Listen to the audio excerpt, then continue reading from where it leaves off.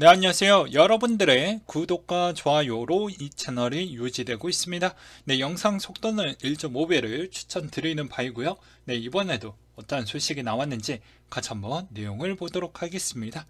네, 이번 2월달 캘린더 부분 보고 넘어가도록 하겠는데요. 보게 되면 23일 일본의 천안탕신일로 인해서 주식시장이 휴장이 좀 있다라는 것과, 그리고 24일 한국의 금통위가 있다라고 하는데요.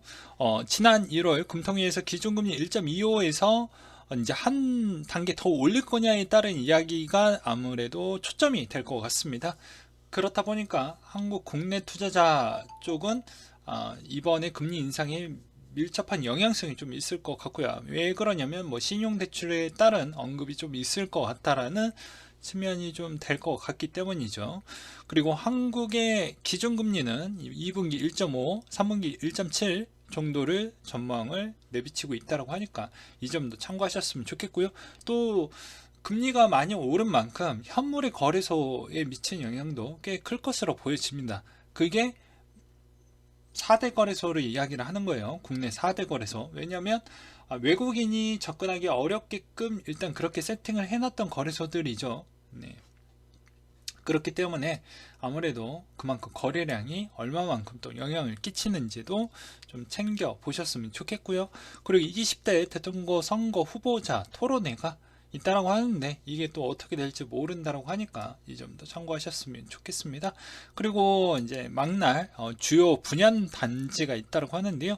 강부, 그리고 안양, 그리고 인천 연수구, 부산 동래구, 대구 달서구, 전남 나주, 경북 포항 정도가 된다고 합니다. 그리고 28일 MWC가 3월 3일까지 이어진다라고 하니까 이 점도 참고하셨으면 좋겠습니다. 그리고 미국의 윌리엄스 뉴욕 연은 총재가 3월 기준금리 인상 지지를 하지만 공격적 인상에는 회의적이다라고 이야기를 또 하기도 했었고요. 아무래도 대차 대조표 축소를 진행하면서도 예상대로 진행이 되고 있는지 지켜보는 것이 중요하다라고 주장을 내비쳤고, 대차 대조표 축소 절차로 주택 저당증권 MBS를 우선으로 매각하는 것에 대한 반대라고 주장을 또 내비치기도 했다라고 합니다. 그리고 시카고 연은 총재가 현재 연준의 통화 정책이 상당한 조정이 필요하다라고 주장을 내비치기도 했다라고 하는데요. 올해 인플레이션 상승세가 달려져 있다라고 주장을 했고, 따라서 인플레이션 압력이 완화될 경우 긴축 강도도 약해질 수 있다라는 발언을 또 내비치기도 했습니다. 그리고 달러 인덱스 추이는 96.04를 기록을 했다라고 하는데요. 유로존 경제 지표가 양호한 가운데 러시아군 철군 소식 등의 지정학적 리스크 완화 조짐에 하락을 했고, 러시아의 우크라이나 침공 우려가 재차 부각된 영향으로 낙폭이 축소가 됐다고 합니다. 그리고 금 가격 추이는 온스당 1898달러 선에 마감을 보여주었다고 하는데요. 미국의 10년물 국채 금리가 하락한 가운데 인플레이션 대체 수요 및 러시아 전후 고조에 따른 안전자산 선호 심리 강화 등의 요인으로 온스당 1900달러 선을 근접을 했다라는 것과, 유가는 배럴당 91달러 선에 마감을 보여주었다고 합니다.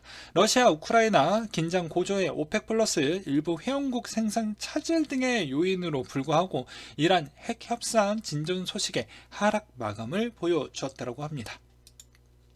그 다음으로 코인에 따른 소식을 한번 보도록 하겠는데요. 비트코인 난이도 27조 9,700억 해시로 사상 최고치를 기록을 하고 있다라고 합니다. 그래서 해시 한번 보고 가야 되겠죠. 해시를 보게 되면 생각보다 많이 올라가고 있구나 라는 걸 다시 한번 볼 수가 있게 되겠습니다. 이렇게 시장의 분위기가 되게 어렵게 흘러가고 있음에도 해시는 계속 상승률이 좋아지고 있구나 라는 점이 있겠지만, 전쟁이 일어나면 또 어떻게 될지 몰라요. 그리고 미국의 FMC 연준의 고위직 암호화폐 주식 거래 제한을 추진하겠다라는 내용이 나오기도 했었는데요. 암호화폐 주식 상품에 채권 등에 투자하는 것을 제한하는 새로운 규범을 발표했다고 합니다. 이 내용이 제가 간단하게 이야기를 하면 이 규범 발표가 나왔고, 이게 5월 달부터 시행이 되는 걸로 되어져 있습니다. 그리고 이게 해당에 있는 연준, 그리고 해당에 있는 고위직 관련되어 있는 사람들 다 포함이고, 가족 포함, 자녀 포함 다 됩니다. 그래서 어떻게 보면은 상당히 까다롭다라는 걸 볼 수가 있겠고요. 만약에 이것을 산다라고 해도 뭐 30일 이내에 사전적으로 내가 구매를 했다라는 것을 공개를 해야 되고요. 그리고 만약에 또 팔더라도 1년 이상을 들고 있어야 들고 있는 상태가 된 이후에 팔 수가 있다고 합니다. 그러니까 그렇다 보니까 생각보다 좀 까다롭게 바뀌었다라고 보시면 될 것 같습니다. 뭐 그런 내용이에요. 그래서 암호화폐 구입 보유는 금지되지만 주식 보유 자체는 여전히 가능하고 가능하지만 제가 아까 이야기를 했듯이 조건부 형태로 이런 절차가 좀 까다롭게 붙었다라는 거예요. 옵션적으로. 그래서 아무래도 이제 뭐 중간 선거 있었을 때 미치는 영향인자도 좀 꽤 클 수도 있겠죠. 그리고 외화에서는 비투자 목적으로서 소유도 인정이 된다라고 되어져 있죠. 이 말의 의미는 어떻게 보면 해당의 미국의 정부의 국회의원들이 암호화폐를 보유하고 있으면 좀 더 친화적으로 볼 수가 있는데 우리한테는 결코 이게 썩 좋은 소식은 아니다라고 볼 수가 있습니다. 그리고 코인베이스 내부 치명적인 오류, 이번에 비트코인 하락 원인으로 뭐 작용을 했다라고 해서 특수문자님께서 올려주셨던 내용인데요. 코인베이스 대참사가 펼쳐졌다. 보유 중에 알트코인 개수만큼 비트코인 매도할 수 있는 오류가 이번에 좀 있었다. 다만 몇 주 전에 눈치챈 몇몇은 코베에서 컨택을 했지만 씹혔다라는 것과 누군가의 계속 달달한 꿀단지를 빨아먹었다라는 것이다. 더 나아가서 숏을 쳐놓고 오병이어 기적을 기트 가격을 떨궈서 수익을 내고 출금까지 했다라고 한다. 그나마 다행인 건 화이트해커의 투입발 폭로로 까발려졌다라는 것과 그간 비트 하락의 원인으로 뽀고리한테 배운 숏으로 푸틴이 수익을 내고 있는 거 아니냐라는 의심도 있었고 푸틴에게 사죄의 묵념 4초간 보냈다. 그러니까 의심을 했다라는 것에 그랬다 미안하다라는 것을 또 표현을 했다라는 것이죠. 그래서 다시 한번 요약을 하게 되면 코인베이스 내에서 비트코인을 보유하고 있지 않아도 약간의 오류가 발생을 함으로써 그게 상당한 하락의 요인이 좀 발생을 했다라고 보시면 될 것 같습니다. 그래서 이더가 0.02 이더가 비트코인 0.0243으로 판매가 됐다 오류가 발생을 함으로써 말도 안 되는 가격대로 되었다라는 것이겠죠. 그리고 KB 자산운용이 가상자산 펀드 출시가 예정이 됐다라고 합니다. 그래서 과연 자산운용사가 국내 쪽을 어떻게 또 생태계를 확장을 시킬 것인지 전 매우 궁금해지고요. 그리고 아무래도 이거는 약간의 준비는 하고 있지만 언제 출시가 될 것이냐도 우리 좀 관심 있게 봐야 되지 않을까 싶습니다. 그래서 보험 전략 펀드와 혼합형 펀드로 뭐 준비가 될 것 같다라는 이야기가 좀 있었고요. 그리고 8년차 크립토 커런시 트레이더의 비트코인 분석 내용이 또 있었는데요. 닉네임 미래 가격 예언가님께서 올려주셨던 내용인데 비트코인은 항상 4년마다 불장이 온다라는 가설이고 이번에도 그 가설이 통했다. 그렇다면 이 가설 토대로 전략을 한번 짜봐야 되지 않겠냐. 그러니까 이분 나름대로 전략을 한번 구체화 시키려고 해서 이것도 한번 대입해보고 저것도 한번 대입을 해보려고 하는 것 같습니다. 그래서 2013 시즌에 11월에서 12월에 시즌이 종료됐고 최고점 대비 86% 하락했으며 4년 뒤에 17에서 11월 12월 시즌 종료 최고점 대비 마이너스 84% 하락했고 4년 뒤에 21년도 11월 12월 시즌 종료라고 해놓고 최고점 대비 하락이 진행 중에 있다.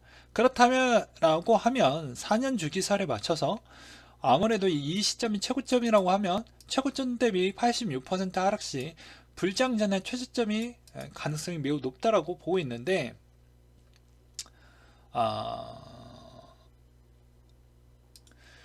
그 다음은 25년도 11월 또는 12월 달에 최고점이 되지 않겠냐?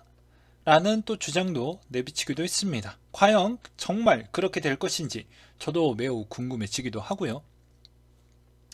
그 다음으로 저도 물론 그렇게 되면 안 되겠지만 항상 저는 제 돈을 지켜야 하고요. 그리고 상당히 여러분들이 저한테 그렇게 많은 믿음을 주었던 것도 생각보다 매우 객관적이고 한쪽이 치우쳐지지 않는 측면을 좀 더 좋게 봐주셨기 때문에 제 나름대로 또 돈을 잘 운영을 하고 있는 그런 모습을 또 보여주다 보니까 그런 점을 되게 좋게 봐주셨던 것 같습니다. 그래서 저의 개인적인 생각은 이러합니다. 비트코인 자체가 저번에도 말씀드렸다시피 NFT가 얼마만큼 버텨줄 것이냐에 따라서 전 달라질 것 같아요. 지금도 계속 앞으로 이제 기사 내용을 좀 더 설명을 드리게 되면 아마도 이해를 하실 건데 계속 기업들은 계속 들어오고 있습니다. 물론 그게 그렇게 많은 파이라고 볼 수는 없겠지만 그래도 계속 그 들어오고 있는 그 물량이 계속 소화가 되어가고 있다라는 것이 생각보다 시장에 있었을 때 하락을 좀 버텨주는 역할로 보여주고 있고요. 그래서 생각 대비보다 NFT가 무언가 문제가 발생을 하지 않는다라고 하면 전제 조건은 그러면 어느 정도는 좀 버텨줄 것으로 보여진다. 그래서 생각보다 이더가 좀 잘 방어가 되면 그렇게 나머지 알트도 그렇게 큰 충격은 없을 것 같고 비트도 마찬가지이지 않겠냐라고 저는 생각을 하고 있습니다. 이제 나머지 이제 알트를 좋아하시는 분들에 따른 대상도 설명을 좀 드려야 되겠죠. 그러면 시가총액 탑 52 코인에서 고점 대비 변동률이라고 해가지고 최고점 대비 변동률 추이를 볼 수가 있는데 저번에도 말씀드렸다시피 70에서 80% 구간대에 일단 들어가져 있는 알트 기준이에요. 알트 기준. 내가 정말로 비트와 이더로 수익 내는 게 너무 적을 것 같다라는 그런 생각이 들 수도 있잖아요. 그런 사람들을 대상으로 말씀을 드리는 겁니다. 난 죽어도 알트만 살 거야. 난 알트로 그냥 한 방에 부자, 퀀텀 점프 해가지고 부자가 바로 될 거야. 이런 마인드를 갖고 계신다고 하면 좀 더 위험성을 즐겨 하신다라는 거겠죠. 그러면 이런 70% 구간대에 일단 도달을 했던 것들은 일단 모아가는 게 낫지 않겠냐라고 저는 설명을 드리고 싶습니다. 예. 굳이 이거를 죽어도 뭐하고 싶지 않는다고 하면 거의 70% 구간대에 이미 들어갔던 거는 천천히 분할로 매집하면 충분히 나을 것 같다라고 저는 설명을 드리고 싶네요. 아까도 말씀드렸다시피 이런 기업들이 이런 행동을 계속 보여주고 있기 때문에 두나무도 결제 시 NFT 주는 신용카드를 만들겠다.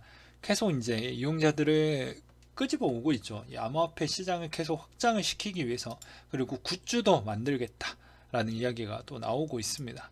그리고 저번에도 제가 이거 긴급 소식으로 만들었죠. 캐나다 국민은행 계좌 현금 인출 급증 비상상태법 여파인 것 같다.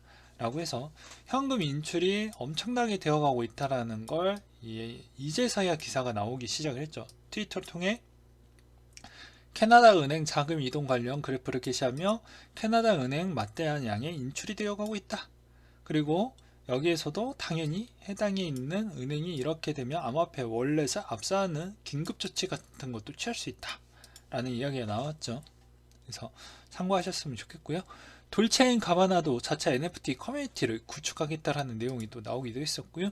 그리고 곱박스가 최초로 쿨비 X 트래블 솔루션을 도입을 하겠다라는 내용이 또 나와 주기도 했습니다.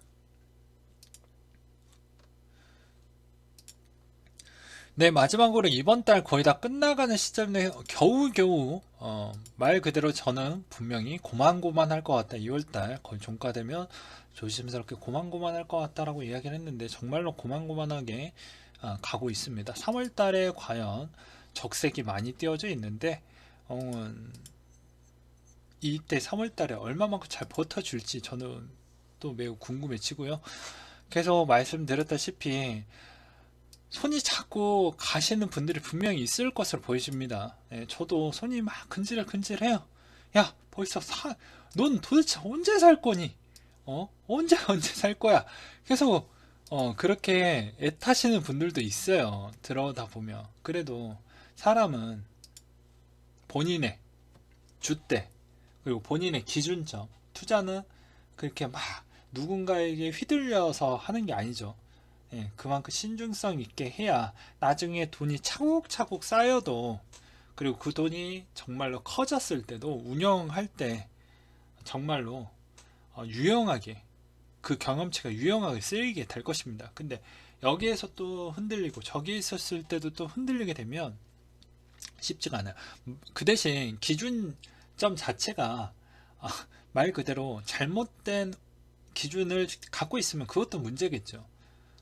그거는 시간이 알아서 결과물을 보여줄 것이기 때문에 조금씩 수정을 해 나가서 본인에 따른 색깔과 기준점을 명확하게 가져가시면 됩니다.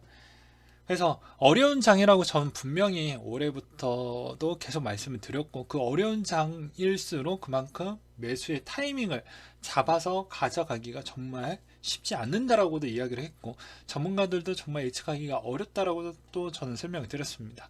그래서 언제든지 분할 매수 관점으로 하셔도 괜찮겠지만, 한국인 특성상 조급함, 그리고 성격이 급하기 때문에 분명히 지금보다 매수를 먼저 하시는 분들도 계시겠지만, 저도 성격이 급하거든요. 그래도 제 기준에 어긋나지 않기 위해서 계속 기다리고 있는 겁니다. 저도 오죽하겠습니까? 네. 그래도 기다려서 좀 하려고 하니까 예정대로 3월달 정도에 어, 매수를, 일단 첫 번째 매수를 하려고 하고요. 여기서 기준점은 무엇이냐면, 네가 샀던 3월달이 최저점을 가리키는 게 아닙니다. 저번에도 말씀드렸다시피 저의 전략은 4번을 나뉘어서 사지만 3만기 중에서 그만큼 변동폭이 커지기 때문에 저도 예측하기가 어렵기 때문에 여기를 최저점으로 생각하고 사는 게 아니에요.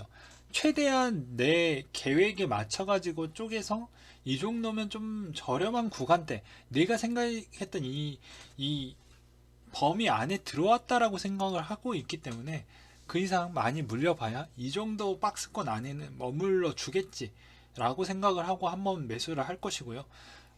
이 박스권이 있다라고 하면 이 박스권 안에 놀다가 한 번 더 이 박스권을 내려가게 되면 여기서 한 번 더 추매를 할 생각을 갖고 있는 겁니다.